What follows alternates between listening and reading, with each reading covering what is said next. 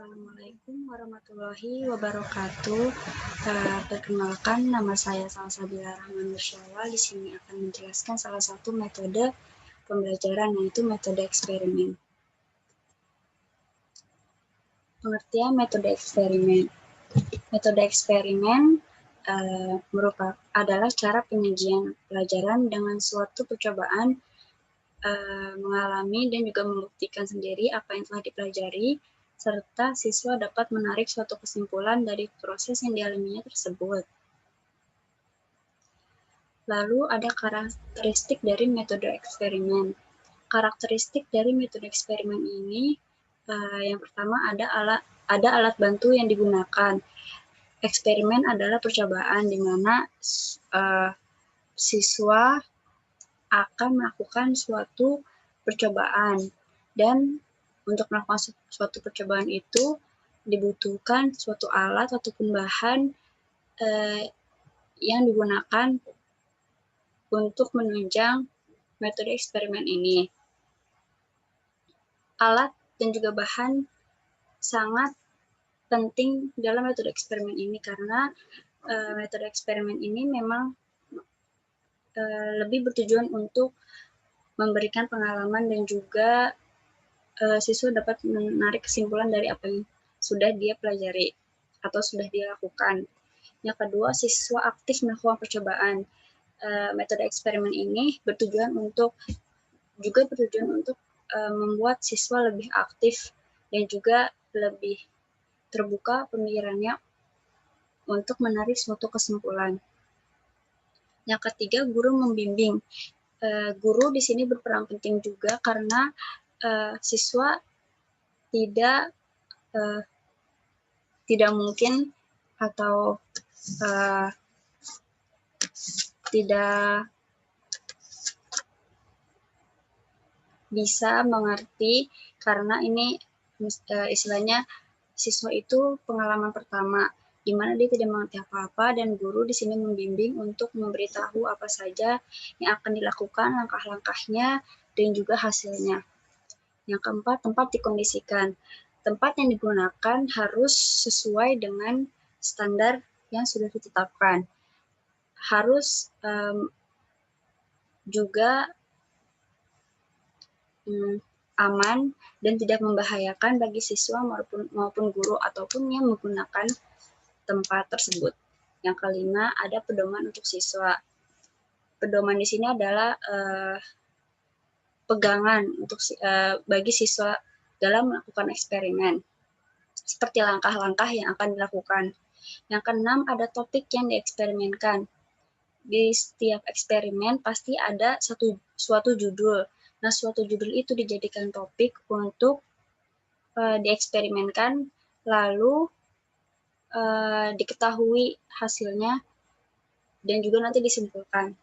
Yang ketujuh, ada temuan-temuan. Maksudnya temuan-temuan di sini siswa sudah tahu hasil apa yang akan didapat, dan juga nanti saat eksperimen dia akan mendapat gambaran dari hasil eksperimen tersebut. Lalu kelebihan dan juga kekurangan. Yang pertama, ada kelebihan metode eksperimen menurut Rusian. Yang pertama, melatih disiplin diri melalui eksperimen yang dilakukan, terutama kaitannya dengan keterlibatan, ketelitian, dan ketekunan dalam melakukan eksperimen. Yang kedua, kesimpulan eksperimen lebih lama tersimpan dalam ingatan siswa melalui eksperimen yang dilakukan sendiri secara langsung. Yang ketiga, siswa akan lebih memahami hakikat ilmu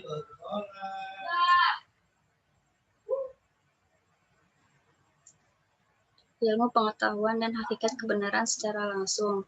Yang keempat, pengembangan sikap terbuka bagi siswa. Yang kelima, metode ini melibatkan aktivitas dan kreativitas siswa secara langsung dalam pengajaran, sehingga mereka akan terhindar dari verbalisme. Lalu ada kelebihan metode eksperimen menurut Sumantri.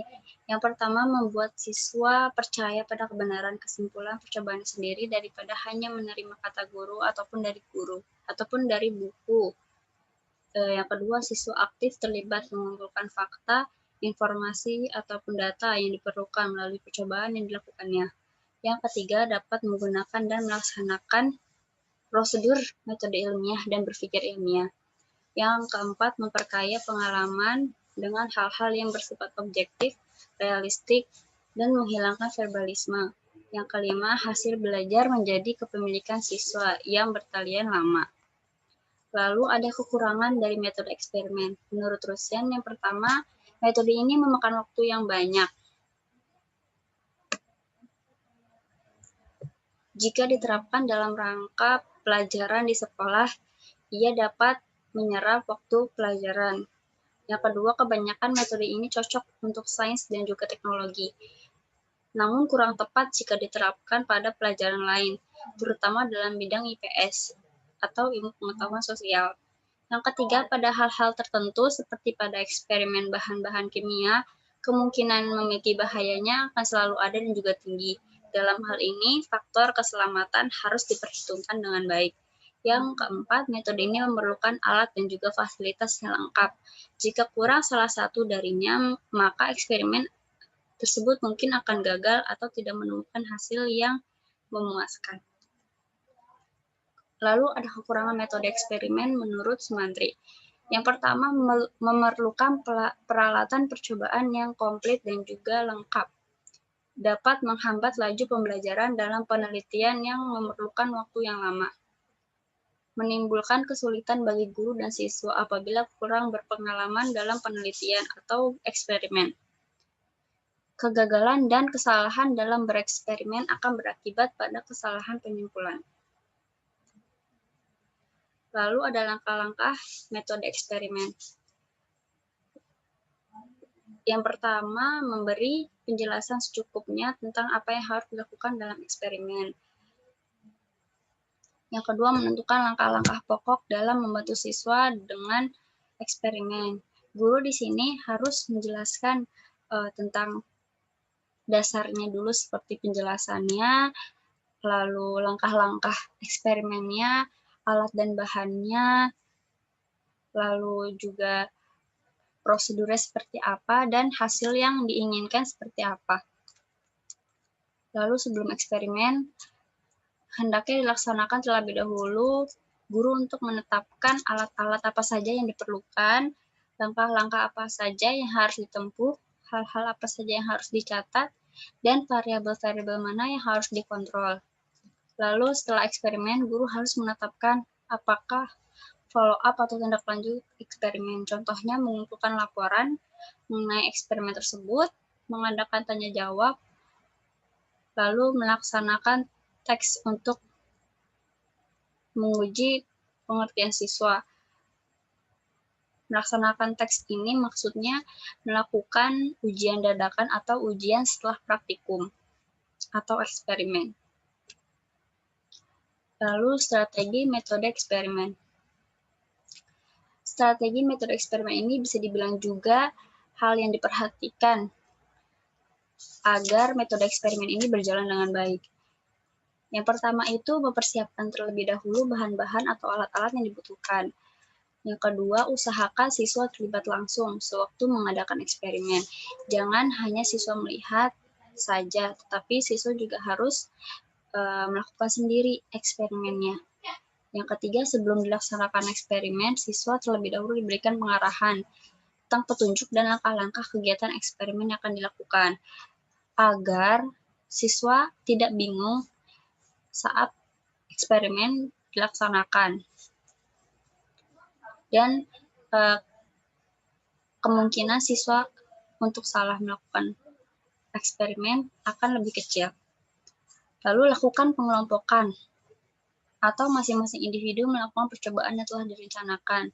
Bila hasilnya belum memuaskan, dapat diulangi lagi untuk membuktikan kebenarannya. Biasanya metode eksperimen ini dilakukan secara berkelompok. Guru akan membagi satu kelas siswa untuk beberapa kelompok. karena mengingat eksperimen itu membutuhkan biaya, maka jika ingin berjalan dengan baik dan tidak memberatkan bagi siswa, maka sebaiknya metode eksperimen ini dilaksanakan dengan cara berkelompok. Lalu, setiap individu atau kelas dapat melaporkan hasil pekerjaannya secara tertulis, bisa dengan mengumpulkan laporan praktikum. Terima kasih. Sekian dari saya, kurang lebihnya mohon dimaafkan. Wassalamualaikum warahmatullahi wabarakatuh.